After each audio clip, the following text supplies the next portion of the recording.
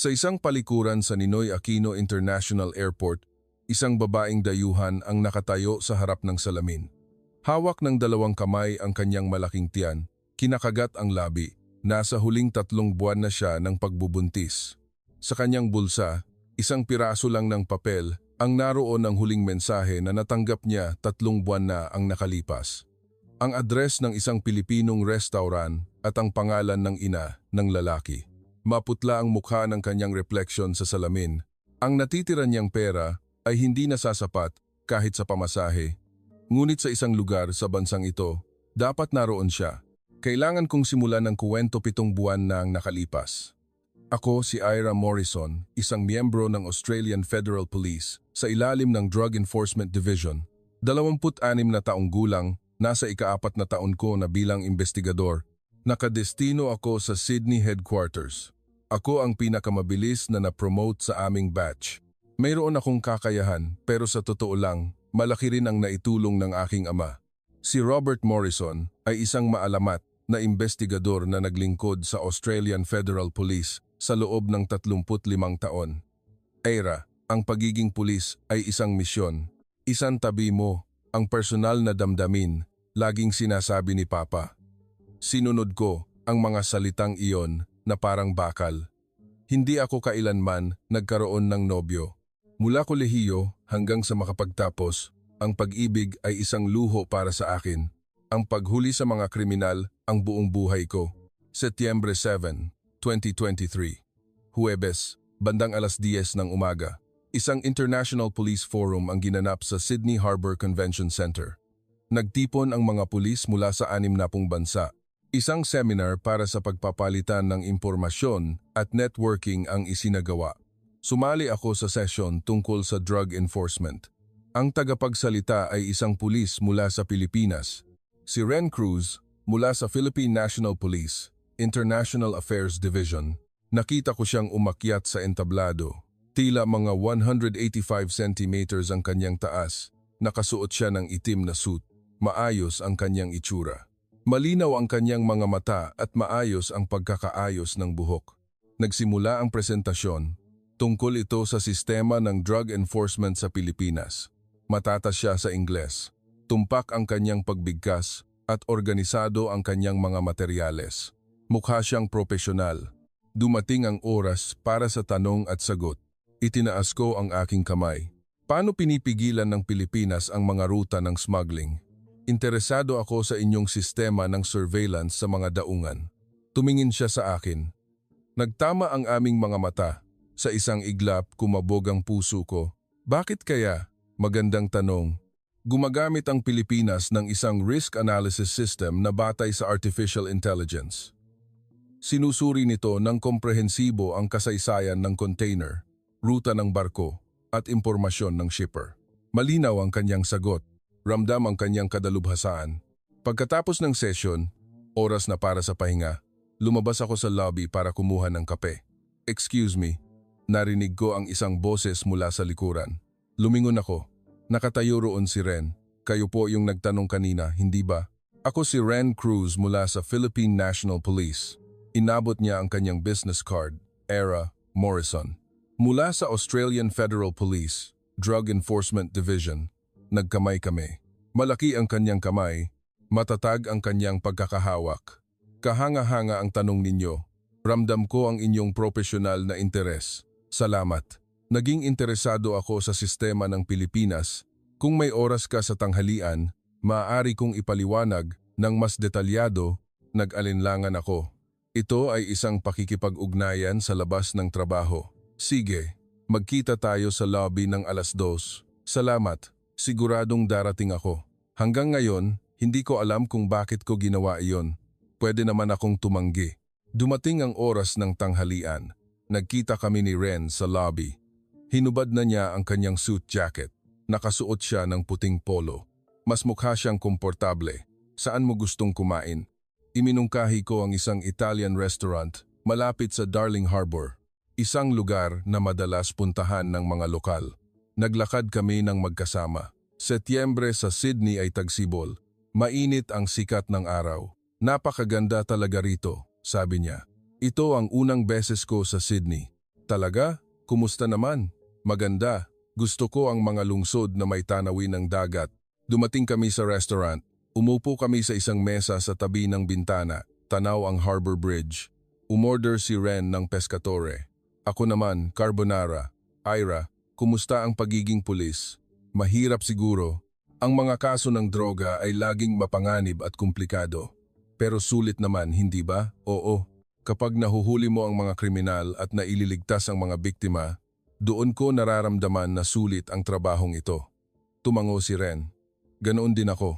Kapag nahuhuli ko ang salarin at nakakaramdam ng kapayapaan ang biktima, doon ko nadarama ang halaga ng pagiging pulis. Nag-usap kami tungkol sa aming trabaho. Mga mahihirap na kaso, mga sandaling nagbigay kasiyahan, nakapagtataka. Kahit unang beses naming magkita, komportable ako.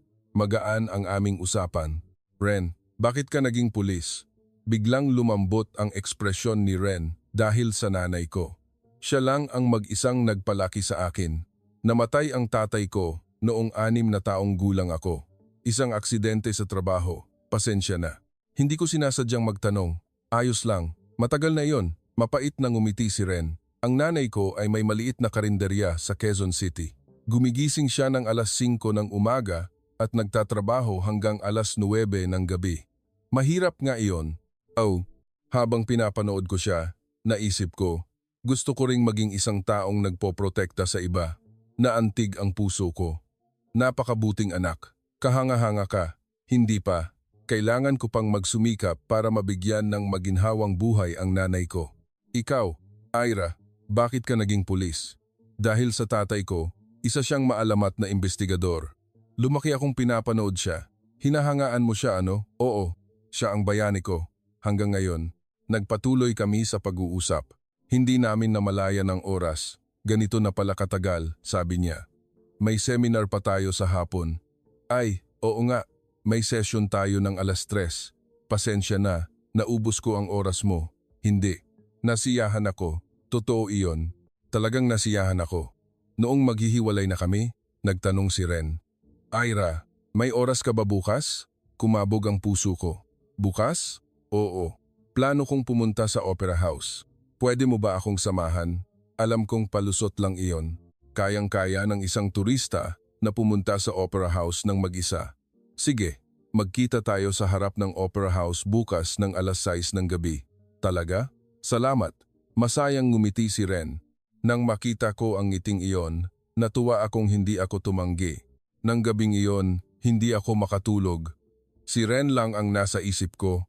Ang kanyang boses, ang kanyang ngiti, ang kanyang mga kilos. Ibinagsak ko ang mukha ko sa unan. Anong nangyayari sa akin? Ano ito? Sa loob ng 26 na taon, ito ang unang beses na naramdaman ko ito. Kinabukasan, ng hapon, nagkita kami ni Ren sa Opera House. Nakasuot siya ng pangkaraniwang damit, isang beige na polo at maong.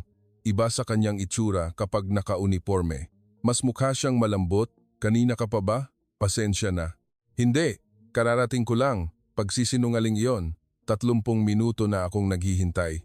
Magkasama naming nilibot ang Opera House. Maganda ang Sydney noong Setyembre. Palubog na ang araw sa Harbor Bridge. Ang ganda, sabi ni Ren. Sa TV ko lang ito nakikita dati. Pero iba pala kapag personal mong nakita. Mas espesyal. Bakit? Kasi kasama kita, Ira. Nag-init ang mukha ko. Hindi ko alam ang sasabihin. Kumuha ng litrato si Ren. Ang Opera House, ang Harbor Bridge, ang paglubog ng araw. Mag-picture tayo? Sige. Bilang alaala, ito ang unang pagkakataon. Ang magpakuha ng litrato kasama ang isang lalaki. Ang unang beses sa loob ng 26 na taon ng buhay ko. Nag-selfie kami. Inilagay ni Ren ang kanyang kamay sa aking balikat. Mainit.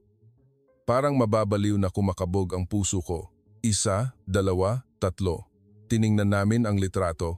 Nakangiti si Ren. Nakangiti rin ako. Mukha kaming masaya.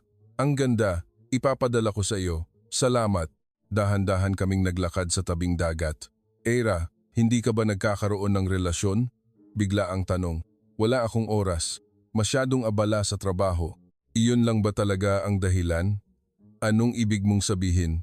Hindi ka ba natatakot ang magtiwala sa isang tao? Natigilan ako. Paano niya nalaman? Tinumbok niya ang katotohanan. Tama siya. Natatakot ako. Ang magtiwala at magmahal sa isang tao. Baka masaktan ako. Baka traidorin ako. Naisip ko na mas ligtas na mabuhay na tulad ni Papa, na trabaho lang ang inaatupag. Oo, natatakot ako, inamin ko, dahil baka masaktan ako, baka mabigo ako. Kaya naisip ko na mas mabuting huwag nang simulan. Huminto sa paglalakad si Ren. Tumingin siya sa akin. Seryoso ang kanyang mga mata. Pareho tayo, Ira. Ikaw din, Ren? Oo. Nakita ko ang nanay ko na nabuhay mag-isa buong buhay niya. Matapos mamatay si Papa, may mga lalaking lumapit sa kanya, pero tinanggihan niya silang lahat. Ayaw na raw niyang masaktan ulit. Bumaba ang kanyang boses. Lumaki akong pinapanood iyon. Kaya naisip ko, masakit ang pag-ibig. Mas madaling mabuhay mag-isa. Sa loob ng 30 taon, ganoon ang buhay ko. Nag-iisa, trabaho lang, at nagpapadala ng pera kay nanay. Iyon lang ang lahat. Hinawakan ni Ren ang kamay ko. Bigla akong napatingin sa kanya. Pero nang makita kita, Ira, gusto kong sumubok.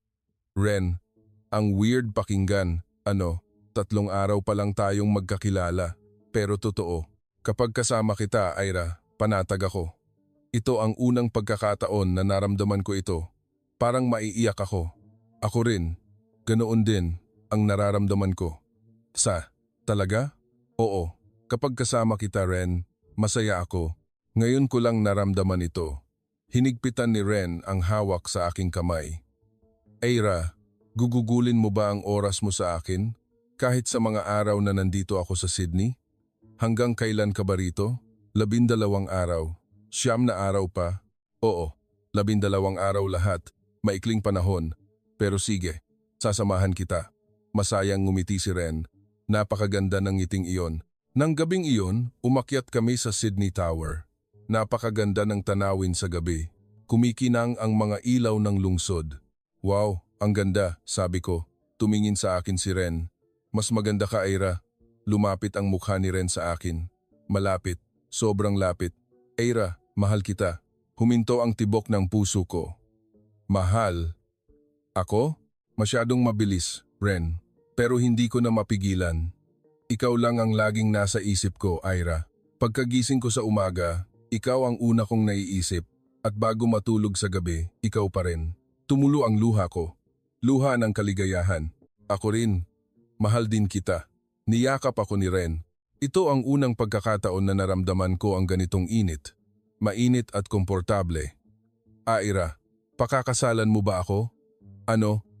Pagbalik ko sa Pilipinas pagkatapos ng 12 araw, aayusin ko ang lahat.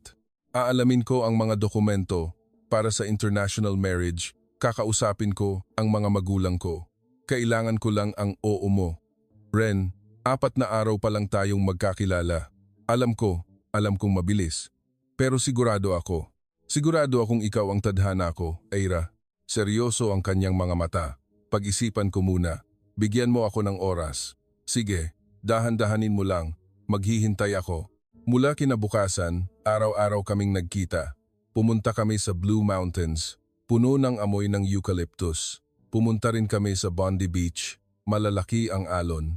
Hinawakan ni Ren ang kamay ko. Ira, ang lamig ng kamay mo. Giniginaw ka ba? Ilagay mo sa bulsa ko.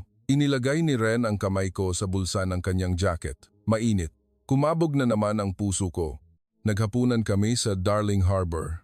Sa Italian restaurant. Uminom kami ng alak. Ira, ano ang pangarap mo? Pangarap? Ano ang gusto mong gawin sa hinaharap? Hindi ko pa iyon naisip. Akala ko, magtatrabaho lang ako bilang pulis hanggang sa tumanda. Hindi ko alam. Hanggang ngayon, trabaho lang ang iniisip ko. Hindi mo ba gustong mag-asawa at magkapamilya? Hindi ko pa napag-isipan. Ako, gusto ko, sabi ni Ren. Gusto kong mag-asawa at magkaroon ng pamilya. Magkaroon ng anak at bigyan ng apo ang nanay ko. Magandang pangarap iyon. Gusto kong gawin iyon kasama ka, Ira. Muntik ko nang mabitawan ang baso ng alak. Ano? Pasensya na. Masyado bang mabilis? Pero totoo ang sinasabi ko. Noong una kitang makita, Ira, alam ko na, Siya na, nag-init ang mukha ko. Ren, huwag kang mag-alala.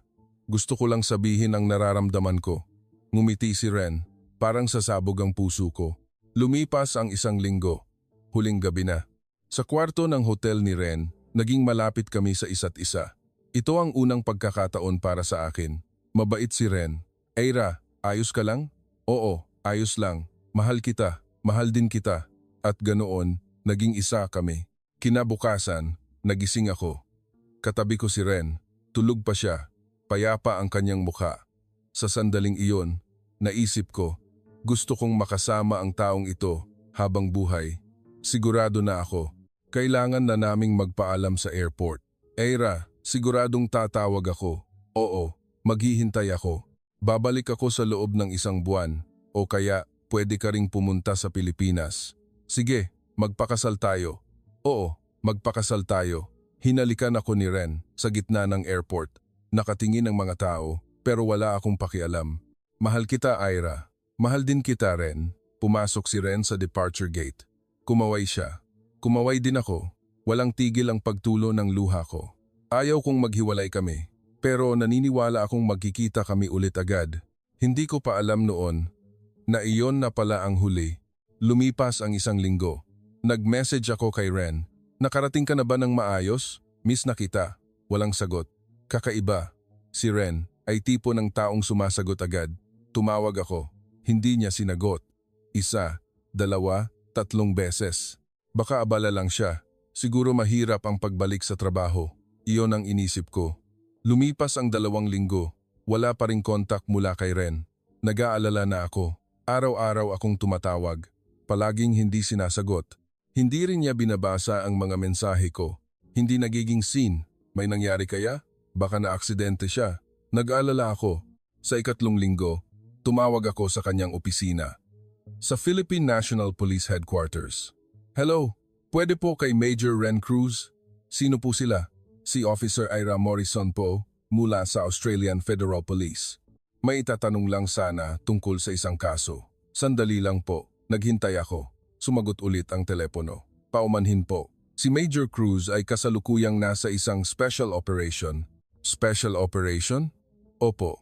Hindi po namin maaaring ibigay ang mga detalye. Mahirap po siyang makontak. Kailan po siya babalik? Hindi pa po tiyak. Paumanhin po. Naputol ang tawag. Kaya pala hindi siya makontak dahil sa special operation. Naisip ko, dahil pulis siya, maaaring kumpidensyal ang misyon. Kailangan kong maghintay. Lumipas ang 1 buwan. Kakaiba ang pakiramdam ko. Nasusuka ako tuwing umaga. Nahuli rin ang regla ko. Hindi kaya. Kinabahan ako. Pumunta ako sa botika at bumili ng pregnancy test kit. Umuwi ako at sinubukan ito. Nanginginig ang kamay ko. Naghintay ako ng 2 minuto. Tiningnan ko ang resulta, 2 linya, buntis. Napaupo ako.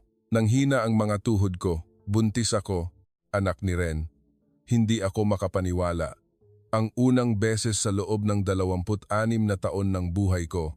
Kinabukasan, pumunta ako sa ospital. Kailangan kong makasiguro, tiningnan ng doktor sa objay ng ultrasound. Congratulations. 6 na linggo ka ng buntis. Talaga po? Oo. Pakinggan mo ang tibok ng puso ng sanggol. May narinig akong tunog mula sa speaker. Tugtog, tugtog. Mabilis na tibok ng puso. Tumulo ang luha ko. May buhay sa loob ng tiyan ko. Anak ni Ren. Lumabas ako ng ospital. Tulala. Anong gagawin ko? Kailangan kong sabihin kay Ren pero hindi ko siya makontak. Tumawag ako ulit. Hindi pa rin sumasagot. Nag-message ako. Ren, may mahalaga akong sasabihin. Please, tawagan mo ako. Walang sagot. Dumating ang gabi. Hindi ako makatulog. Ang daming iniisip. Palakihin ko kaya mag-isa? Alam kaya ni Ren na buntis ako? Baka naman. Sinasadya niyang hindi ako kontakin? Natakot ako. Kinabahan. Hinawakan ko ang tiyan ko. Hindi pa halata pero may buhay sa loob. Anak ni Ren. Anak ng taong mahal ko. Nagpasya ako. Kahit mag-isa, palalakihin ko siya. Mahalaga ang batang ito. Pero kailangan ko munang hanapin si Ren. Kailangan niyang malaman na mayroon siyang anak. 3 buwan na akong buntis. Medyo umbok na ang tiyan ko. Itinatago ko sa damit pero malapit ng mahalata. Kailangan kong sabihin kay Papa. Hindi ko na ito maitatago pa. Sabado ng gabi. Oras ng hapunan ng pamilya. Si Papa, si Mama at ako. Habang kumakain, sinimulan ko ang usapan. May sasabihin po ako. Ma, Pa, ano iyon? Tanong ni Papa. Buntis po ako. Narinig ko ang kalansing ng kutsara at tinidor na nahulog. Galing kay Papa, namutla si Mama. Ano? Mababa at malamig ang boses ni Papa. 3 buwan na po. Kaninong anak? Isang Pilipino po. Pulis. Pilipino? Tumaas ang boses ni Papa. Anong pangalan? Ren Cruz po. Nasaan siya? Hindi ko po siya makontak ngayon. Nasa special operation daw po, anak ng. Hindi mo makontak? Hinampas ni Papa ang mesa. Nagtalunan ang mga plato. Magtino ka, Ira. Papa, ipalaglag mo yan ngayon din. Ayoko po. Anak ko po ito. Ira, isa kang Morrison. Pulis ka, tapos magiging dalagang ina? Hahanapin ko ang ama ng batang iyan. Paano? Kung hindi mo nga makontak, pupunta po ako sa Pilipinas. Mahahanap ko siya. Umiiyak si Mama. Ira, mahal mo ba talaga siya? Opo ma, buong puso ko po. Sigurado ka? Hindi ka magsisisi? Opo, hindi po ako magsisisi. Tumayo si Papa. Sige, pumili ka. Po, ang pagiging pulis o ang batang iyan? Papa, bakit naman po ganyan? Kaya ko naman pong pagsabayin. Hindi, walang pulis sa pamilya Morrison na dalagang ina. Kahihiyan yon, kahihiyan sa pamilya. Papa, pumili ka. Ngayon din, tumulo ang luha ko. Pero buo na ang desisyon ko. Ang anak ko po. Pipiliin ko ang anak ko. Naging malamig at matigas ang ekspresyon ni Papa. Sige, umalis ka bukas na bukas din. Po, hindi na kita anak. Umalis ka. Papa, sinabi kong umalis ka. Pinigilan ni Mama si Papa. Mahal, sobra ka naman. Anak natin si Ira. Hindi na siya anak natin mula nang maging dalagang ina siya. Pumasok si Papa sa kwarto at isinara ang pinto. Niyakap ako ni Mama. Ira, ayos lang. Kakausapin ko si Papa mo. Bigyan mo lang ako ng oras. Hindi na po ma. Pinili ko po ito. Saan ka titira? Sa bahay po muna ng kaibigan ko. May pera ka ba? Inabutan ako ni Mama ng passbook. Tanggapin mo ito. Magagamit mo muna. Ma, kakampi mo ako, anak. Alam mo yan, di ba? Salamat po. Nagyakapan kami. Ang init ng yakap ni Mama. Walang tigil ang luha ko. Kinabukasan, umalis ako ng bahay. Inimpake ko ang gamit ko. 26 na taon akong tumira doon, pero umalis akong ganoon na lang. Tinawagan ko ang kaibigan kong si Harper. Kaklase ko noong kolehiyo. Harper, ako, to. Ira, bakit? Anong nangyari sa boses mo? May hihilingin sana ako. Pwede ba akong makitira sa iyo pansamantala? Oo naman. Anong nangyari? Diyan ko na ikukuwento. Pumunta ako sa bahay ni Harper. Isang maliit na apartment. Nurse si Harper. Era, anong nangyari? Buntis ako. Nagulat si Harper. Talaga? Ilang buwan na? 3 buwan. Alam na ni Tito? Oo, pinalayas niya ako. Ano?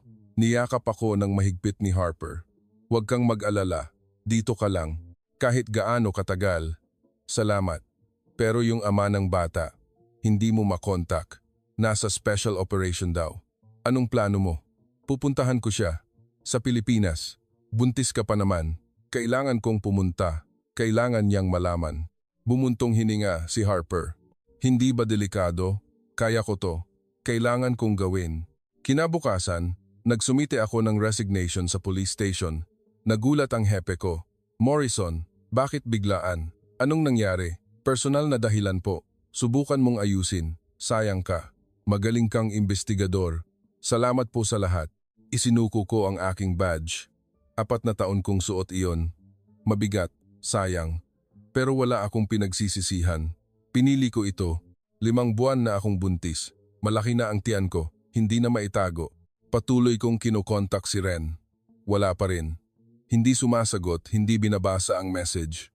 Kailangan ko na siyang puntahan. Nagpasya ako. Sinabi ko kay Harper. Harper, aalis na ako. Pupunta na ako sa Pilipinas. Buntis ka, delikado. Hindi maganda ang pakiramdam mo. Tama siya, madalas akong mahilo kamakailan. May anemia rin ako. Kailangan kong umalis. Wala na akong oras. Kapag lumaki pa ang tiyan ko, hindi na ako makakasakay ng eroplano. Mag-isa ka lang? Oo. Hindi pwede. Sasama ako. Harper, magkaibigan tayo, di ba? Hindi kita pwedeng pabayaang mag-isa. Magli-leave ako sa ospital. Tumulo ang luha ko. Nagpapasalamat ako. Salamat talaga. Ano ka ba? Walang anuman sa ating dalawa. Bumili kami ng tiket ng eroplano papuntang Maynila. Pagkalipas ng 2 linggo ang lipad, marami pang kailangang ihanda. Kinalap ko ang impormasyon tungkol kay Ren, PNP, International Affairs. Sabi niya, may restaurant ang nanay niya sa Quezon City. Naghanap ako sa internet. Hindi ko alam kung gaano karaming restaurant sa Quezon City. Libo-libo. Kailangan kong hanapin isa-isa. Tumawag si Mama. Ira, kumusta ka na? Ayos lang po ako, Ma. Ang katawan mo, okay lang? Opo, malusog po ako. Talagang pupunta ka ng Pilipinas? Opo, kailangan po. Mag-iingat ka, huwag mong pilitin ang sarili mo. Opo, hindi ko sasabihin kay Papa mo. Salamat po, Ma. Mahal kita, anak. Kaya mo yan. Mahal din po kita. Pagkababa ng telepono, naiyak ako. Palaging kakampi ko si Mama. Gabi bago ang alis ko, hindi ako makatulog. Kinakabahan ako. Mahahanap ko kaya si Ren? Kapag nagkita kami, anong sasabihin ko? Paano kung tanggihan niya ako? Paano kung may iba na siyang babae? Lahat ng uri ng pag-iisip ay pumasok sa isip ko. Hinawakan ko ang tiyan ko. Sumipa ang sanggol. Anak, hahanapin ni Mama si Papa mo. Sigurado yan, ipinangako ko. Kinabukasan, pumunta kami sa airport ni Harper. Ira, handa ka na? Oo. Sumakay kami ng eroplano. Flight papuntang Maynila. Hindi komportable dahil sa tiyan ko, pero tiniis ko.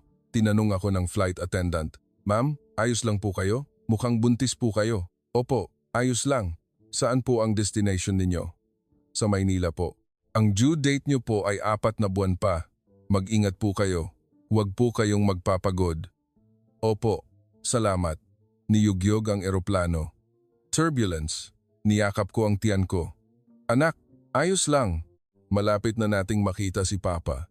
Lumapag kami sa Ninoy Aquino International Airport. Nasa Pilipinas na kami. Bansa ni Ren. Dumaan kami sa immigration. Tinanong ng opisyal, layunin ng pagbisita? Turismo po. Gaano katagal kayo mananatili? 2 linggo po. Mukhang buntis po kayo. Ayos lang po ba kayo? Opo, ayos lang. Tinatakan niya ang pasaporte ko. Nakapasok na kami. Lumabas kami ng airport.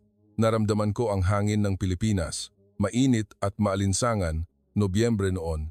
Ito na pala ang Pilipinas, sabi ni Harper. Oo, ang bansa ni Ren, mahahanap kaya natin siya? Kailangan nating mahanap, sigurado. Sumakay kami ng sasakyan papuntang Quezon City. Malaki ang Maynila, puno ng matataas na gusali. Mas moderno pa kaysa sa Sydney. Nag-check-in kami sa isang maliit na hotel malapit sa Quezon City. Ira, saan tayo magsisimula? Sa Camp Crame muna tayo. Kinabukasan, pinuntahan namin ang PNP headquarters. Malaking gusali, may mga guwardiya sa pasukan. Pumunta kami sa information desk. Sinabi ko sa staff, "Excuse me, nandyan po ba si Major Ren Cruz? Saang departamento po?" "International Affairs Division po." "Sandali lang po." Gumamit ng telepono ang staff. Pagkaraan ng ilang sandali, bumalik siya. Si Major Cruz po ay kasalukuyang nasa long-term assignment sa labas. Kailan po siya babalik? Hindi po namin masasabi. Security matter po iyon. Pakiusap po. Mahalaga po talaga. Pasensya na po. Ayon po sa patakaran, hindi po namin pwedeng sabihin. Kahit contact number na lang po, hindi rin po pwede. Personal information po iyon. Pakiusap po. Napakahalaga po talaga. Hinaplos ko ang tiyan ko para ipakita na buntis ako. Nag-aalangan ang mukha ng staff. Pasensya na po talaga. Gusto ko po sanang tumulong pero may mga patakaran po kaming sinusunod. Umalis kami ng Camp Crame. Anong gagawin natin? Tanong ni Harper. Hahanapin natin ang karinderya ng nanay niya. Alam mo ba ang address? Sa Quezon City lang daw. Alam mo ba kung gaano kalaki ang Quezon City? Tama siya. Pero wala na akong ibang paraan. Pumunta kami sa Quezon City. Napakaraming kainan sa mga kalye, mga karinderya pa lang, 12 dosena na. Isa-isa kaming pumasok at nagtanong, "Excuse me, kilala niyo po ba ang nanay ni Ren Cruz?" "Hindi po." "Sino po?" "Si Ren Cruz." Maghapon kaming nagtanong. Sumakit ang mga paa ko. Mabigat ang tiyan ko. Paminsan-minsan, nahihilo ako. "Ira, magpahinga na muna tayo. Huwag mong pilitin. Sandali na lang, pagpipilit ko." Dapit hapon na. Napadaan kami sa isang maliit na kainan. Kusina ni Tita Tessie, nakasulat sa signboard. "Harper, pasok tayo doon. Maliit na kainan. Mga 5 o 6 na mesa lang." Isang babaeng nasa 50 anyos ang lumabas mula sa kusina. "Welcome po." Kamukha niya si Ren. Ang mga mata niya, kumabog ang puso ko. "Kayo po ba ang nanay ni Ren Cruz?" Nagulat ang babae. "Oo, ako nga." "Sino po sila?" "Ako po, si Ira Morrison. Galing po akong Australia." "Australia?" "Opo, kami po ni Ren. May relasyon po kami." Nanigas ang ekspresyon ng babae. "Ano? Nagkita po kami sa Sydney, 2 buwan na po ang nakalipas." Tiningnan kami ng babae. Napunta ang tingin niya sa tiyan ko. Dahan-dahang bumaba. Nakita niya siguro ang umbok. "Huwag mong sabihin. Ang tiyan mo." "Opo, anak po ni Ren." Napahawak sa upuan ang babae. Diyos ko, isinara ng babae ang pinto kahit open pa ang sign. "Maupo kayo. Kailangan nating mag-usap." Umupo kami. Kinakabahan. "Anak ni Ren?" "Opo, 7 buwan na po." "Alam ba ni Ren?" "Hindi po. Hindi ko po siya makontak." Bumuntong hininga ang babae. Si Ren ay nasa isang secret mission ngayon, isang International Anti-Terrorism Task Force. Putol ang lahat ng komunikasyon. International Anti-Terrorism? Oo, 2 buwan na. Kahit ako, hindi ko siya makontak. Nanlamig ako. 2 buwan na. Hindi natin alam kung kailan matatapos. May paraan po ba para makontak siya? Wala. Hanggat hindi natatapos ang misyon, hindi siya makakatawag. Kailan po matatapos? Hindi ko alam. Baka abutin ng ilang buwan o 1 taon. Tumulo ang luha ko. Hanggang dito na lang ba? Hinawakan ng babae ang kamay ko. "Huwag kang umiyak. Masama iyan para sa sanggol." "Pasensya na po. Na sinabi ko pa sa inyo ang tungkol sa pagbubuntis ko." "Hindi." "Salamat. Salamat at binigyan mo ako ng apo." Anak siya ni Ren, hindi ba? Mahalaga siya. Namumuo ang luha sa mata ng babae. "Dito ka na muna maghintay hanggang sa bumalik si Ren." "Talaga po?" "Oo naman." Manugang nakita. Sa salitang manugang, bumuhos ang luha ko. "Salamat po. Maraming salamat po." Mula noon, tumira ako sa isang maliit na kwarto sa itaas ng karinderya. Bumalik si Harper sa hotel. Kailangan na rin niyang bumalik sa trabaho. Teresita pala ang pangalan ng ina ni Ren. Itinuring niya akong tunay na anak. Tuwing umaga, ipinagluluto niya ako ng mainit na sabaw tulad ng sinigang. Kailangan ng buntis ng masustansyang pagkain. "Salamat po, tita, nanay." "Oo naman, manugang kita." Hinahaplos niya ang tiyan ko. "Ang likot ng apo ko ang lakas sumipa." "Opo, nitong mga huli. Lalaki yan. Malilikot daw sa tiyan ang mga lalaki." "Talaga po?" "Oo. Ganyan din si Ren noon." Mainit ang tingin ni Nanay Teresita. "Anong ipapangalan mo sa kanya?" "Gusto ko po sanang si Ren ang magbigay ng pangalan." "Tama. Ang ama dapat ang magpangalan." Lumipas ang 1 linggo. Wala pa ring balita kay Ren. Tumutulong ako sa karinderya, naghuhugas ng plato, nagpupunas ng mesa. "Buntis ka pa naman, iha." Mas nahihirapan po ako kapag walang ginagawa. Tinanong ako ng isang customer. "Aling Tessie, sino po siya?" "Manugang ko. Taga-Australia." "Ah, ganoon po ba? Ang ganda niya." Nahihiya ako pero masaya. Lumipas ang 2 linggo. Sumasakit ang puson ko. Pumunta kami sa ospital. "Braxton Hicks contractions po ito. Iwasan niyo po ang stress," sabi ng doktor. "Kung magpapapagod po kayo, baka mapaaga ang panganganak niyo. Magpahinga po kayo." "Opo, mag-iingat po ako." Pagbalik sa bahay, nag-alala si Nanay Teresita. "Ayos ka lang?" "Opo." "Normal lang daw po. Kailangan ko lang magpahinga." "Sige na, magpahinga ka. Ako na ang bahala sa lahat." "Salamat po." 3 linggo hapon. Naghuhugas ako ng plato sa karinderya. Bumukas ang pinto. Akala ko customer. "Welcome po, Napasigaw ako. Si Ren. Mahaba ang balbas niya, mahaba ang buhok, payat ang mukha. Pero si Ren iyon, sigurado. Nay, nakauwi na po ako, sabi ni Ren. Tapos, nakita niya ako. Huminto siya. Natigilan. Ira, hindi makapaniwalang ekspresyon. Ren, nanginginig ang boses ko. Dahan-dahang lumapit si Ren. Tiningnan niya ang tiyan ko. Doon nakapako ang kanyang mga mata. Anak mo yan, sabi ni nanay. Lumuhod si Ren. Sa sahig. Sorry. Sorry talaga, Ira. Hindi kita makontak. Dahil sa misyon, bawal ang cellphone. 2 buwan. Ganap na putol ang komunikasyon. Nanginginig ang boses ni Ren. Ikaw lang ang iniisip ko araw-araw. Sabi ko, pagbalik ko, tatawagan kita agad. Gaano ka nahirapan mag-isa? Gaano ka natakot? Tumulo ang luha mula sa mga mata ni Ren. Pero nandito ka na. Tumayo si Ren at niyakap ako. Mahigpit. Mahal kita, Ira. Mahal na mahal kita. Mahal din kita. Ngumiti si Nanay Teresita. Hay nako, kumpleto na ulit ang pamilya ko. Nang gabing iyon, nag-usap kami ni Ren. Sa maliit na kwarto sa itaas ng karinderya. Ira, paano ka sa Australia? Nahirapan ka ba? Sobra. Oo, pinalayas ako ni Papa. Ano? Nagulat si Ren. Nang sabihin kong buntis ako, pinalayas niya ako. Ira, ayos lang. Pinili ko ito. Nag-resign na rin ako sa pagkapulis. Hinawakan ni Ren ang kamay ko. Sorry, dahil sa akin. Hindi ako nagsisisi. Totoo. Talaga? Oo. Ang makilala ka, ang magkaroon ng anak na ito, wala akong pinagsisisihan kahit isa. Umiyak si Ren. Salamat. Salamat at pumunta ka rito. Siyempre, mahal kita eh. Inilagay ni Ren ang kamay niya sa tiyan ko. Anak, hello. Naririnig mo ba si Papa? Sumipa ang sanggol. Tumama sa kamay ni Ren. Wow! Tuwang-tuwa si Ren. Naririnig niya ako. Siyempre, anak mo yan eh. Ira, pakasal na tayo. Biglaan naman. Hindi ito biglaan. Nag-propose na ako sa Sydney, di ba? Seryoso ako noon. At seryoso pa rin ako ngayon. Seryosong sabi ni Ren. Gusto kong makasama ka habang buhay, Ira. Gusto kong maging ama ng batang ito. Tumulo ang luha ko. Ako rin.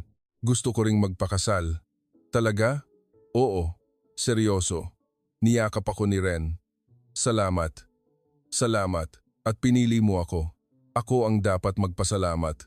Naghalikan kami. Matagal na rin. Kinabukasan, pumunta kami sa ospital. Kasama si Ren. Nagpa-check up ako. Malusog ang sanggol. Ang due date nyo ay 2 linggo mula ngayon, sabi ng doktor. 2 linggo? Opo. Malapit na siyang lumabas. Maghanda na po kayo. Hinigpitan ni Ren ang hawak sa kamay ko. Huwag kang mag-alala. Nandito lang ako sa tabi mo. Salamat. Anak natin. Malapit na nating makita. Oo. Excited na ako. Tuwang-tuwa si Nanay Teresita. Malapit ko nang makita ang apo ko. Ako na ang maghahanda ng lahat. Salamat po, Nanay. Ano ka ba? Manugang kita. 1 linggo makalipas, tumawag si Mama. Ira, pupunta diyan si Papa mo. Talaga po? Pupuntahan ka raw niya. Talaga po? Oo. Mukhang lumambot na ang puso. Salamat sa Diyos, anak. Kinabukasan, dumating si Papa. Sinundo namin siya ni Ren sa NAIA. Nakita ko si Papa. 1 buwan lang, pero parang tumanda siya. Tumingin si Papa sa akin. Sa tiyan ko, ang laki na ng tiyan mo. Opo, malapit na po akong manganak. Tumingin si Papa kay Ren. Ikaw si Ren Cruz? Opo. Ikinagagalak ko po kayong makilala, sir. Nagbow si Ren ng 70 degree. Paumanhin po, napahirapan ko po si Ira. Wala po akong maidadahilan. Tumayo ka. Opo, tinitigan ni Papa si Ren. Aalagaan mo bang mabuti ang anak ko? Opo, poprotektahan ko po siya habang buhay. Itataya ko po ang buhay ko. Pulis ka raw. Opo. Sa PNP po, International Affairs Division. Delikado ba ang trabaho mo? Minsan po. Pero siguradong poprotektahan ko ang pamilya ko. Tumango si Papa. Ang pagprotekta sa pamilya, ang unang tungkulin ng isang lalaki. Umaasa ako sa iyo. Maraming salamat po, sir. Umiyak ako. Tinanggap na siya ni Papa. Papa, sorry po. Sa lahat ng pag-aalalang naidulot ko. Hindi. Ako ang nagkamali. Niyakap ako ni Papa. Matagal na rin. Masyado akong naging malupit na ama. Patawarin mo ako. Hindi po, pa. Naiintindihan ko po. Maging masaya ka, Ira. Iyon lang ang hiling ni Papa. Opo, magiging masaya po ako.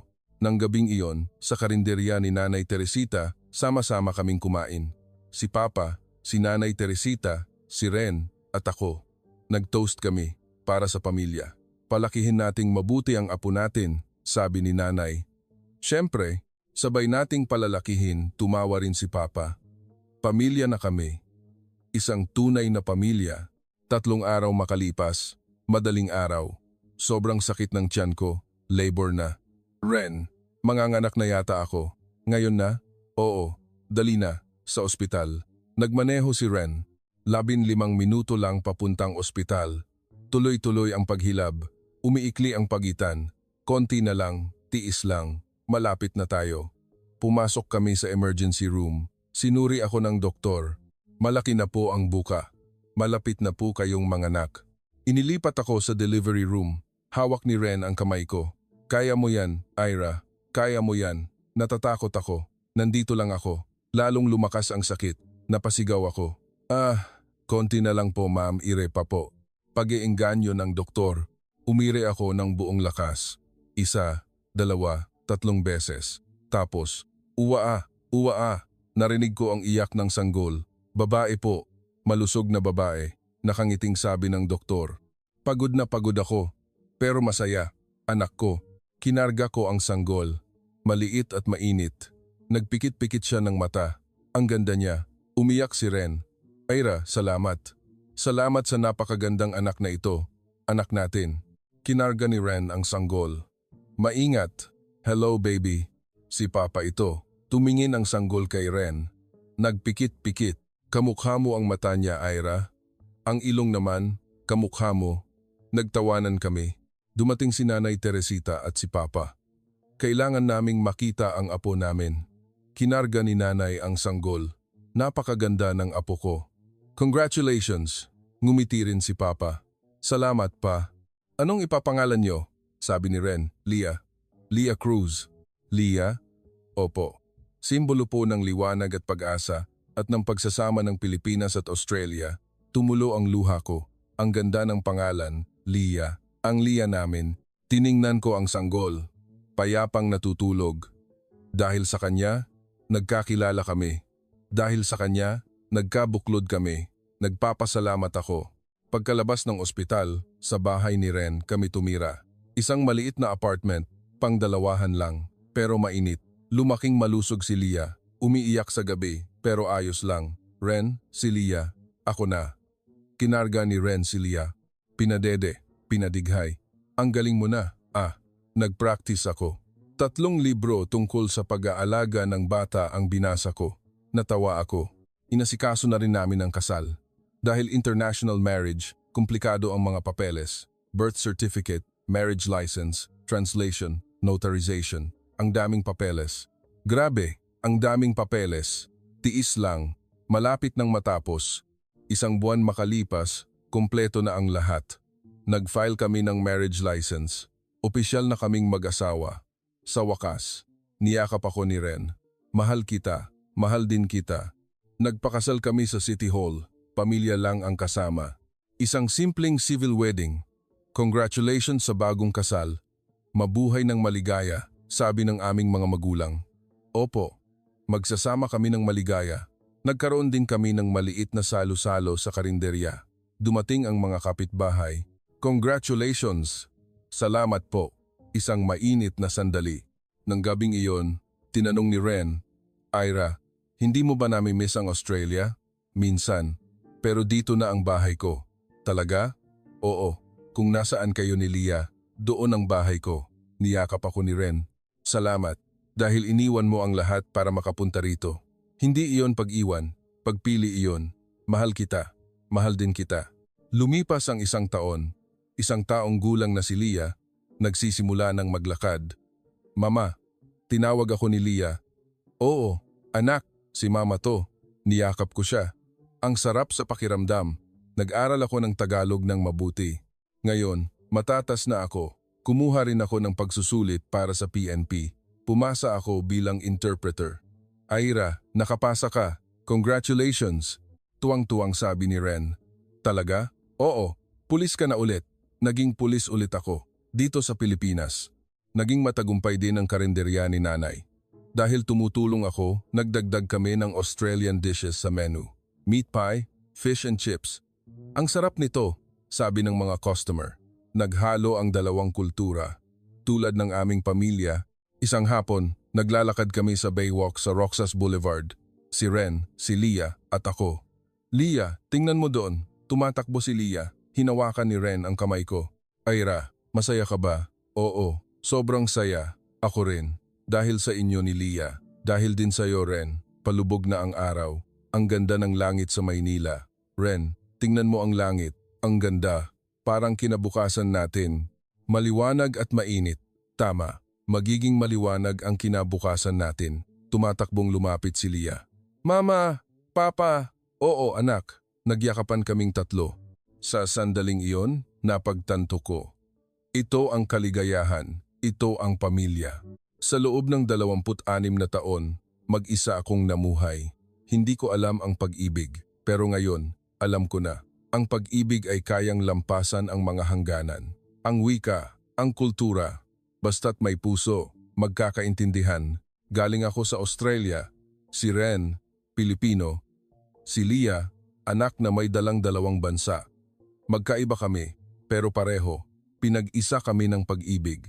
7 buwan na ang nakalipas, nawala sa akin ang lahat si Papa, ang trabaho, ang tahanan, pero nakuha ko rin ang lahat pag-ibig, pamilya, kaligayahan. Wala akong pinagsisisihan, kahit kailan. Sa mga nakikinig sa kwentong ito, gusto kong sabihin, huwag kayong sumuko. Maniwala kayo sa pag-ibig. Edad, lahi, sitwasyon hindi iyan mahalaga.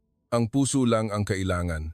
Lakasan ninyo ang inyong loob. Humakbang kayo at mangyayari ang himala, tulad ko. Salamat sa pakikinig sa aking kwento. Naway lahat kayo ay mahalin at maging masaya. Iyan ang taos-puso kong dalangin. Pagkagising ko, ang unang pumasok sa isip ko ay, masaya ako. Sobrang saya ko. Pumasok ang sikat ng araw mula sa bintana. Ang umaga ng Maynila, gising na si Ren. May naririnig akong kaluskos sa kusina. Ira, gising ka na? Oo, nagtimpla ako ng kape. Halika na. Lumabas ako. Naghahanda ng almusal si Ren. Pandesal, itlog, ensalada. Tulog pa si Leah sa kanyang kuna. Tiningnan ko si Leah. Ang munti niyang mukha, ang marahan niyang paghinga. Payapang ekspresyon. Napuno ang puso ko. Anak ko ito. Paanong? Paanong naging anak ko ito? Hindi ako makapaniwala. Alam mo, tuwing tinitingnan ko si Leah, parang isang himala, sabi ni Ren na lumapit sa akin. Ang ganda ng anak natin, ano? Oo, sobrang ganda.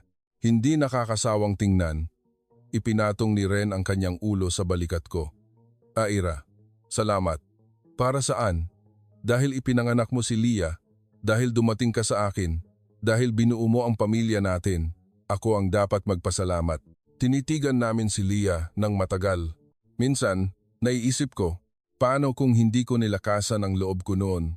Paano kung hinatid ko lang si Ren sa Sydney Airport at kinalimutan na siya? Paano kung nalaman kong buntis ako, pero hindi ako nagpasyang palakihin siyang mag-isa? Paano kung hindi ako pumunta ng Pilipinas? Nakakatakot isipin. Namuntik ko nang makaligtaan ang kaligayahang ito. Ngayon, perpekto na ang buhay ko. Siyempre, hindi ibig sabihin na lahat ay madali. Gumigising si Leah sa gabi. Hindi lang 1 o 2 beses, kundi 5 o 6 na beses. Magpapadede, magpapalit ng lampin. Maraming gabi na puyat ako. Ang Tagalog ko, hindi pa perpekto. Minsan, may mga salitang hindi ko maalala. May mga mahirap bigkasin. Minsan, hindi naiintindihan ng tao ang sinasabi ko. Mayroon ding pagkakaiba sa kultura. Noong una, ang mga kaugaliang Pilipino ay tila komplikado. Ang paggalang sa nakatatanda, ang paraan ng pagkain, ang pananalita. Sa Australia, mas kaswal kami. Kahit sa pakikipagkita sa pamilya ni Ren, maingat ako. Baka magkamali ako. Baka sabihin nilang wala akong galang. Pero lahat ng ito ay hindi mahirap dahil masaya ako. Sa gabi, Kapag pinapatulog ko si Leah, kahit pagod, sa sandaling makatulog siya sa dibdib ko, hindi ko iyon ipagpapalit sa kahit ano sa mundo. Kahit mahirap ang pagbigkas ko sa Tagalog, kapag tinutuwid ako ni Ren habang tumatawa, masaya ang sandaling iyon. Kahit magkaiba ang kultura, masaya akong matuto ng mga bagong bagay. Ginawa ko ang pinakamalaking desisyon sa buhay ko. Binitawan ko ang aking police badge. Umalis ako sa bahay ni Papa.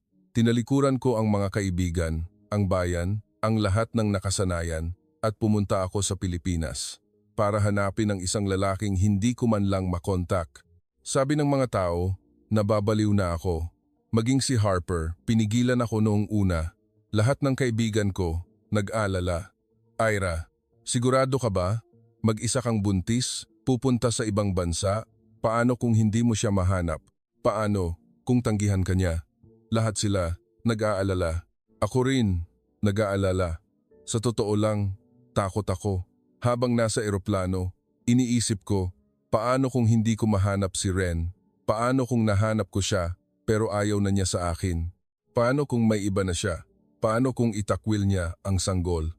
Lahat ng pinakamasamang senaryo ay pumasok sa isip ko. Pero hindi ako sumuko, dahil may sanggol sa sinapupunan ko. Anak ni Ren. Anak ng taong mahal ko. Kailangan ng batang ito ng ama. Kailangan ko si Ren, kaya pumunta ako. Isinugal ko ang lahat at nahanap ko siya, parang himala. Naaalala ko pa noong nahanap ko ang karinderya ni Nanay Teresita, parang sasabog ang puso ko. Nanginginig ako. Noong unang makita ko ang ina ni Ren, ang mga mata niya ay kaparehong-kapareho ng kay Ren. Noon, alam ko na, ito na iyon, ito ang lugar na hinahanap ko.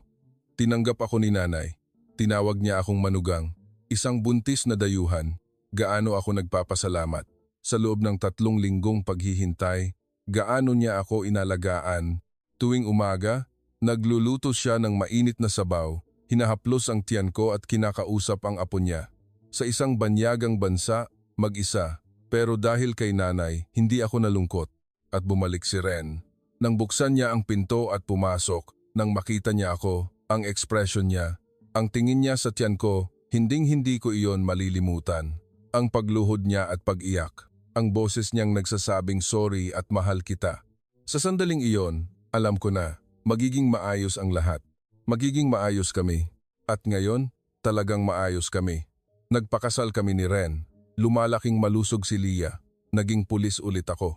Bilang isang pulis sa Pilipinas, sa PNP International Affairs Division, bilang isang interpreter. Kasama ko si Ren sa isang departamento. Tuwing umaga, sabay kaming pumapasok. Magkahawak kamay. Si Leah, inaalagaan ni Nanay, lumalaki sa lola niya. Pag uwi namin sa gabi, tatakbo si Leah.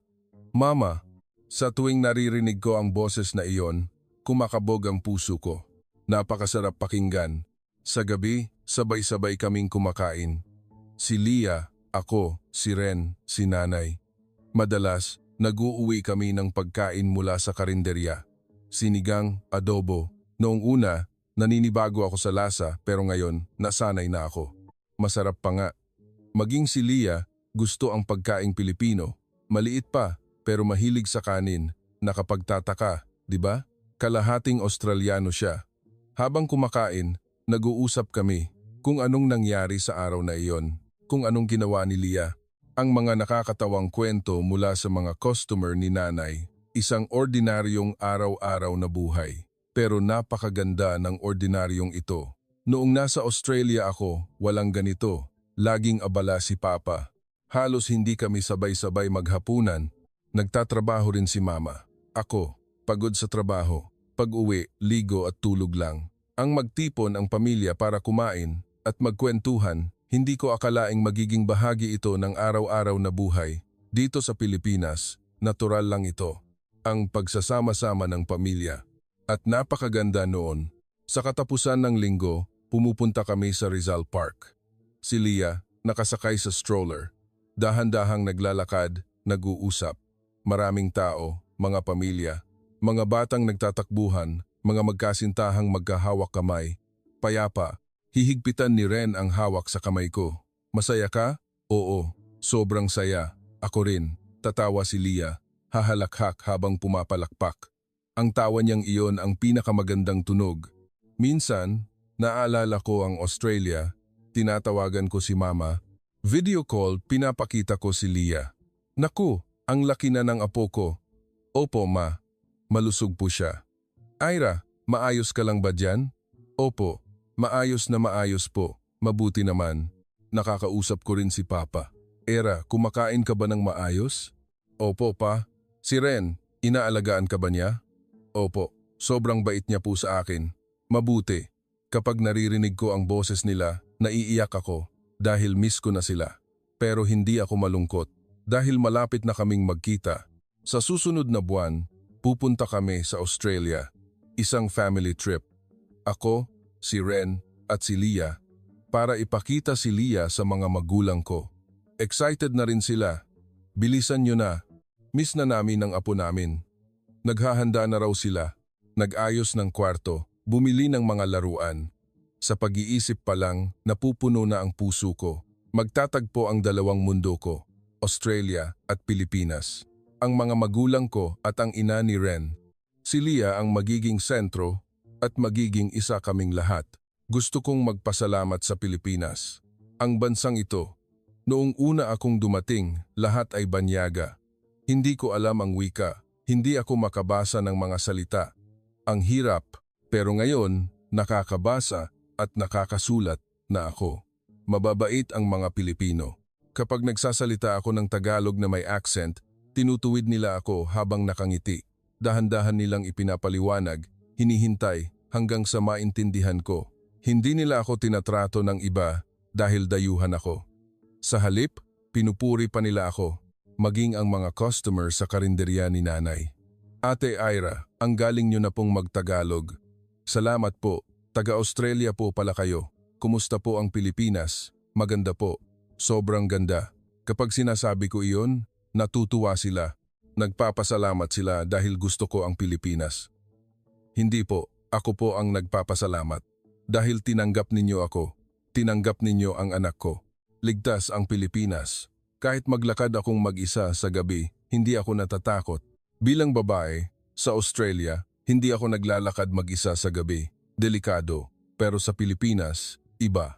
Kahit madaling araw, maraming tao. Bukas ang mga convenience store, 24 oras. Ligtas ang mga taxi. Mababait ang mga driver. Maganda ring magpalaki ng bata. Kahit saan, pwedeng magdala ng stroller, maraming elevator, maraming nursing room. Sa mga mall, istasyon ng tren, parke, madaling bumili ng gamit ng sanggol, mabilis ang delivery. Kung o-order ako ngayon, bukas darating na. Ang galing, di ba? Maganda rin ang sistema ng kalusugan. Sa regular na check-up ni Leah, kapag nagpa-appointment, mabilis kang makikita, mababait ang mga doktor. Detalyado silang mag-examine, makatwiran din ang bayad, mas mura kaysa sa Australia. Masarap din ang pagkain. Noong una, naninibago ako sa lasa, pero ngayon, hinahanap-hanap ko na, sinigang, adobo, lechon, lahat, gusto ko na. Natatawa si Ren. Era, para ka ng tunay na Pilipina. Oo nga mahilig na rin ako sa kanin at bagoong. Sa hinaharap, nasasabik ako. Gusto kong makita ang paglaki ni Leah, ang unang hakbang, unang salita, unang araw sa eskwela. Matututunan ni Leah ang dalawang wika, Tagalog at Ingles. Malalaman niya ang dalawang kultura, Pilipinas at Australia. Iyon ang magiging lakas niya. Lalaki siyang may malawak na pananaw sa mundo. Kami ni Ren, sabay natatanda. Kahit pumuti na ang buhok namin, kahit kumulubot na ang balat, magkahawak kamay pa rin kaming maglalakad sa tabi ng dagat. Ikakasal din namin si Leah. Magkakaapo rin kami. Sa pag-iisip pa lang, masaya na ako. Salamat sa pakikinig sa aking kwento. Masaya akong ibahagi ang pinakamahirap na panahon sa buhay ko, ang pinakanakakatakot na desisyon, at ang pinakamasayang resulta. Kung mayroon mang nahihirapan ngayon, nag-aalala dahil sa pag-ibig, nag-aalinlangan sa isang desisyon, lakasan ninyo ang inyong loob. Ayos lang matakot, ayos lang mag-alala. Ang mahalaga ay ang puso. Kung magmahal kayo ng may puso, kung magnais kayo ng may puso, makikita ninyo ang daan, tulad ko. Nagpapasalamat ako sa Pilipinas. Dahil tinanggap ako, tinanggap ang anak ko at binigyan ako ng bagong buhay. Nagpapasalamat ako kay Ren dahil minahal ako, hinintay ako, at habang buhay na makakasama ko. Nagpapasalamat ako kay Leah dahil ginawa akong ina, tinuruan akong magmahal at ipinaalam sa akin ang kahulugan ng buhay. Nagpapasalamat ako sa aking mga magulang dahil pinalaki ako, pinatawad ako, at patuloy akong minamahal. Nagpapasalamat ako sa lahat. Sa sandaling ito, sobrang saya ko at masaya akong ibahagi ang kaligayahang iyon sa inyo. Naway maging masaya rin kayo. Naway makasama ninyo ang mga taong mahal ninyo. Naway matupad ninyo ang buhay na pinapangarap ninyo. Huwag kayong sumuko. Huwag kayong mawalan ng pag-asa. Nangyayari ang mga himala. Nagwawagi ang pag-ibig. Ako ang patunay. Dito sa ilalim ng langit ng Maynila, si Ira, si Ren, at si Leah ay maligayang namumuhay. Naway maging maligaya rin kayo. Taos puso ko kayong sinusuportahan.